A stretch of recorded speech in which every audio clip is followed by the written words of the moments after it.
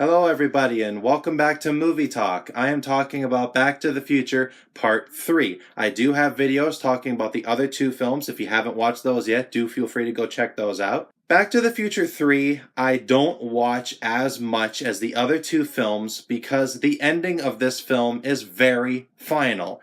Yes, there's comics that have been made talking about further adventures. There's a video game that was made by Telltale Games that continues a possible story between Marty and Doc. But Back to the Future 3 ends with a very strong finality to where there really couldn't be a Back to the Future 4. You get the idea that, yeah, Marty and Doc probably will get together again and have more adventures. They'll sit on a porch and they'll have tea and they'll talk about their trip to 1985, 1955, 2015. They'll talk about every adventure. You get that feeling, but when the DeLorean is destroyed, by the way, if you haven't seen Back to the Future 3, go watch it, as well as the other two. When the DeLorean is destroyed at the end of Back to the Future 3, when Doc shows up in the time train and says he's going off and he's not going to the future because he's already been there, that sequence always has been so confusing to me because it's like, okay, well then where does he go?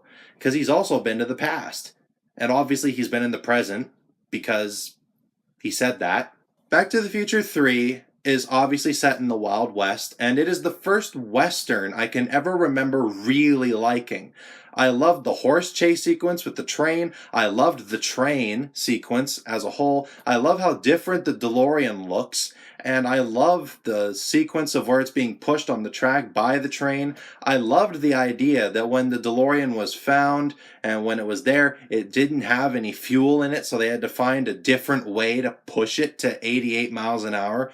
So they could go ahead in time. And I also love the love story that's in this movie. To think that Doc Brown, this zany, crazy guy that talks about 1.21 gigawatts and just always seems to be in crisis, has this believable, grounded love story that you believe. It doesn't feel forced. It doesn't feel shoved in your face. You want these two to be together, and it works. This movie, this whole trilogy, means a lot to me. One of the final lines of dialogue that Doc Brown says to Marty is that your future hasn't been written yet. No one's has. Make it a good one. And that applies to everybody. That applies to every person alive today, that the future isn't written. It is whatever you make it. Any mistake, anything that is done, you can have a better life if you just believe in it and want to chase after it. It's there, and that is a message that is timeless and will last forever. These three films are amazing. I love them all. I appreciate them all. I love the story. I love the characters. I obviously love the DeLorean. It fueled an interest in cars for me. It made me interested in science. Right after the movie Back to the Future, the first one, when I saw it, I remember being in school on a computer doing a project, seeing if time travel was a tangible thing because it just looked like fun. These films are great. If you haven't seen them, watch them. I have enjoyed talking about them immensely, and they are just absolutely fantastic.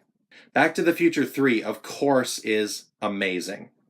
Thank you so much for watching this episode of Movie Talk. Look forward to more coming soon, as well as more regular reviews that I do coming very soon. Thank you again so much for watching. I appreciate you all. Remember, you matter, and I will see you in my next video. As always, take care.